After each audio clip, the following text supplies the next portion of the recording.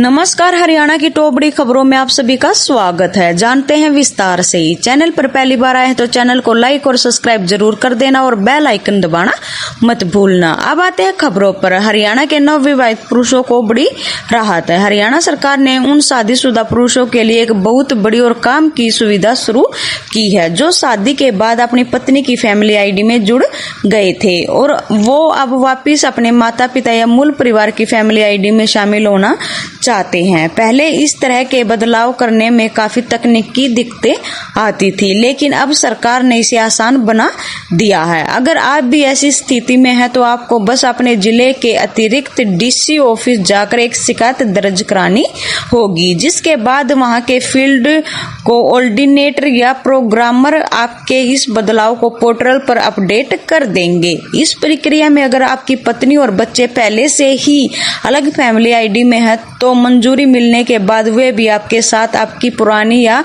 मूल family ID में जुड़ जाएंगे, और अगर वे अभी ससुराल वाली आईडी में है तो उन सभी को भी आपके साथ आपके प्रत्येक परिवार की आईडी में शिफ्ट कर दिया जाएगा। कुल मिलाकर इस बदलाव का सीधा मतलब यह है कि अब पूरा परिवार एक फैमिली आईडी के तहत एक साथ रह पाएगा, जिससे भविष्य में सरकारी योजनाओं को लाभ लेने, राशन कार्ड बनवाने या अन्य सरकारी कामों में होने वाली कागजी उलझन पूरी तरह खत्म हो जाएगी।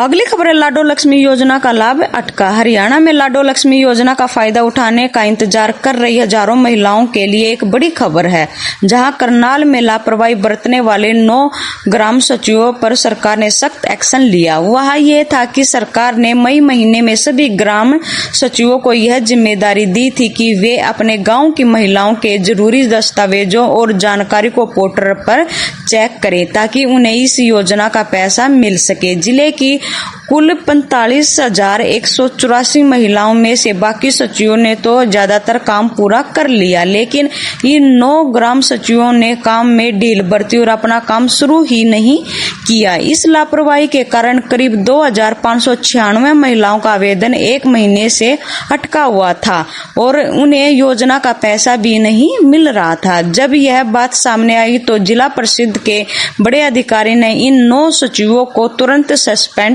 कर दिया। सरकार का यह कदम इसलिए उठाया गया ताकि किसी भी महिला को अपने हक की सरकारी मदद के लिए दफ्तरों के चक्कर न काटने पड़े और काम पूरी ईमानदारी से और समय पर हो सके।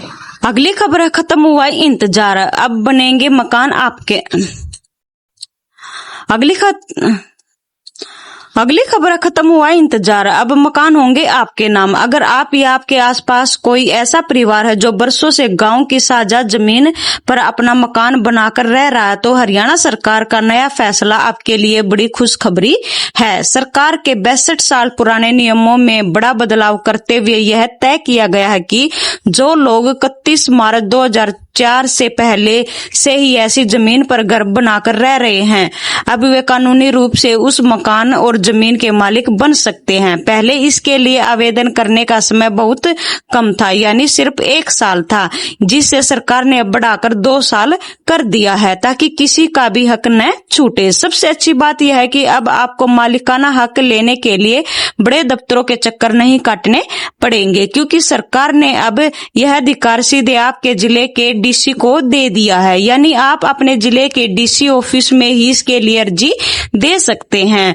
अगर आपके पास 2004 से पहले वहां रहने का कोई सबूत या कागजात हैं, तो आप सरकार के इस नए नियम का फायदा उठाकर अपने घर का पक्का मालिकाना हक पा सकते हैं और अपनी संपत्ति को हमेशा के लिए अपने नाम करवा सकते हैं। अगली खबर है, हरियाणा सोलर योजना का लाभ लेना हुआ आसान। हरियाणा सरकार ने अब सोलर ऊर्जा लगाने के नियमों को काफी आसान बना दिया है, जिससे अब ज्यादा से ज्यादा लोग अपने घरों की छत पर सोलर सिस्टम लगवाकर बिजली बिल में बचत कर सकेंगे। पहले सोलर योजना का फायदा लेने के लिए यह शर्त थी कि आपके पिछले 3 साल के बिजली बिल एकदम सही समय पर भरने होने चाहिए, जिसे अब सरकार ने खत्म कर दिया है। अब नई व्यवस्था के अनुसार सिर्फ आपका आखिरी बिजली बिल बिना किसी बकाया के जमा होना ही काफी है, यानी अब आप आसानी से आवेदन कर सकेंगे। ऊर्जा मंत्री अनिल विज ने बताया कि इस योजना के तहत केंद्र सरकार से मिलने वाली सब्सिडी के अलावा पात्र लोगों को सरकार की तरफ से ब्याज मुक्त मदद भी मिल जाएगी। इसका फायदा उन लोगों को मिलेगा जिनका बिजली बिल बकाया नहीं है। साथ ही राज्य सरकार के कर्मचारियों, अंत्योदय परिवारों और HKRN के कर्मचारियों को भी इसमें शामिल किया गया है। सबसे अच्छी बात यह है कि जिन परिवारों की सालाना आय 3 लाख रुपए तक है, वे 2 किलोवाट के सोलर प्लांट पर अतिरिक्त सरकारी मदद पा सकते हैं, और जिन परिवारों की आय 180 लाख रुपए से कम है, उन्हें केंद्र की 30,000 रुपए की सब्सिडी के साथ साथ राज्य सरकार से अलग से भी वित्तीय सहायता मिलेगी, जिससे सोलर पैनल लगवाना अब पहले से बहुत ज्यादा आसान हो जाएगा।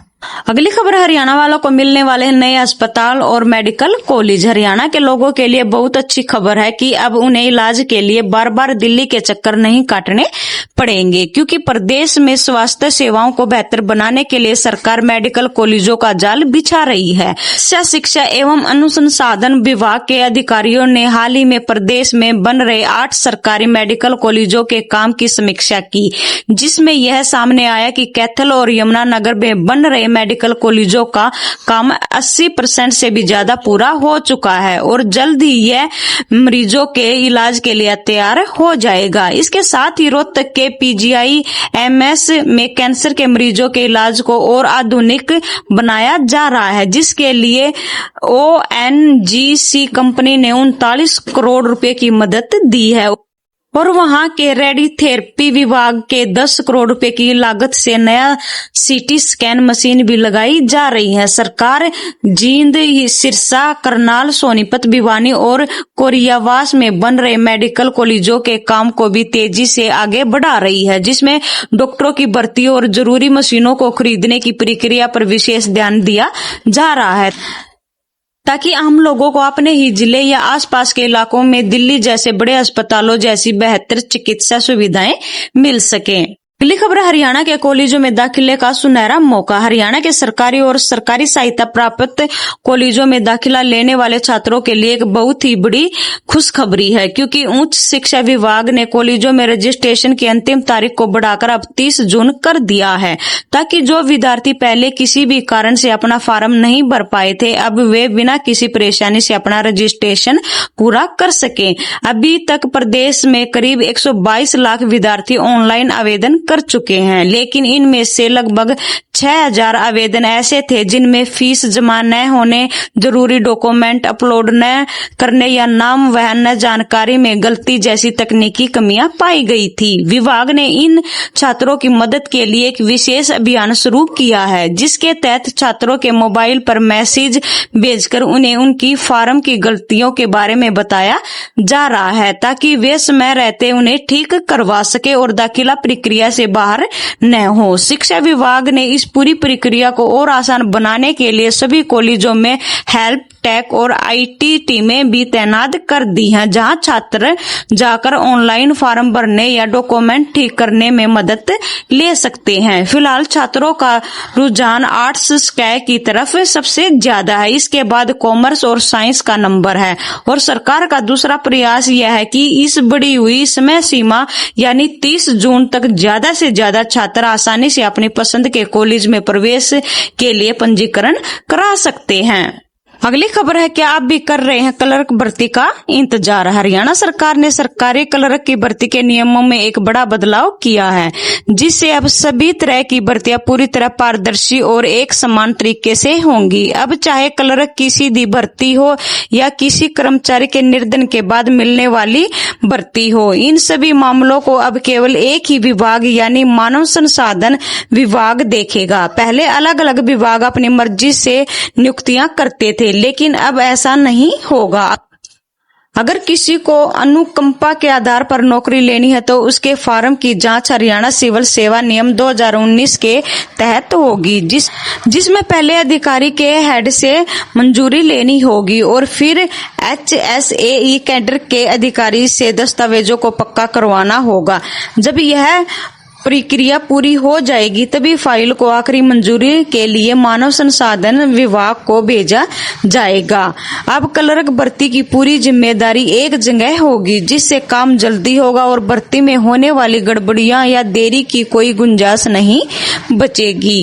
अगली खबर, हरियाणा शिक्षा विभाग का बड़ा फैसला। हरियाणा में पीएचडी शिक्षकों को प्रिंसिपल के पद पर प्रमोट करने के लिए दिव्यांग कर्मचारियों को 4% आरक्षण देने का निर्णय लिया गया है, जिसके तहत शिक्षा निर्देशालय ने सभी जिला शिक्षा अधिकारियों को निर्देश दिए हैं कि 1 जनवरी 2026 की वरिष्ठता सूची के आधार पर पात्र दिव्यांग शिक्षकों की सूची विशेष ऑफिसर के माध्यम से 26 जून 2026 तक हर हाल में मुख्यालय भेजे। इस प्रक्रिया की पारदर्शिता बनाए रखने के लिए निर्देशालय ने स्पष्ट किया है कि विभाग सभी संबंधित शिक्षकों को इस आरक्षण की सूचना दे और यदि कोई पात्र शिक्षक इस कोटे का लाभ नहीं लेना चाहता तो उससे लिखित में असहमति पत्र लिया जाए, जबकि यदि कोई शिक्षक इस प्रक्रिया में सहयोग करने से मना करता है तो जिला शिक्षा अधिकारी को उसकी वित्तीय रिपोर्ट बनाकर निर्देशालय को भेजनी होगी, ताकि पदोन्नति की सूची को अंतिम रूप दिया जा सके और समय सीमा का पालन न होने की स्थिति में पूरी जवाबदेही संबंधित जिला शिक्षा अधिकारी की तय की जाएगी। आपको मेरी वीडियो अच्छी लगी हो तो कमेंट करके जरूर बताना और वीडियो को लाइक और सब्सक्राइब करना मत भूलना। राम राम।